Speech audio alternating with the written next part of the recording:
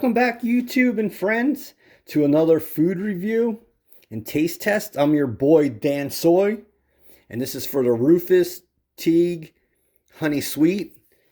It has a story on the back. I'm going to make two recipes with this, so look in the description for the links. But this can be found on Amazon, and it's a really good sauce. Bees did the work, and it's really high quality.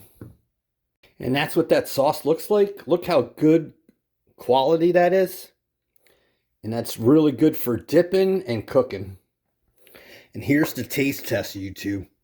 Look at that. I'm going to dip that chicken.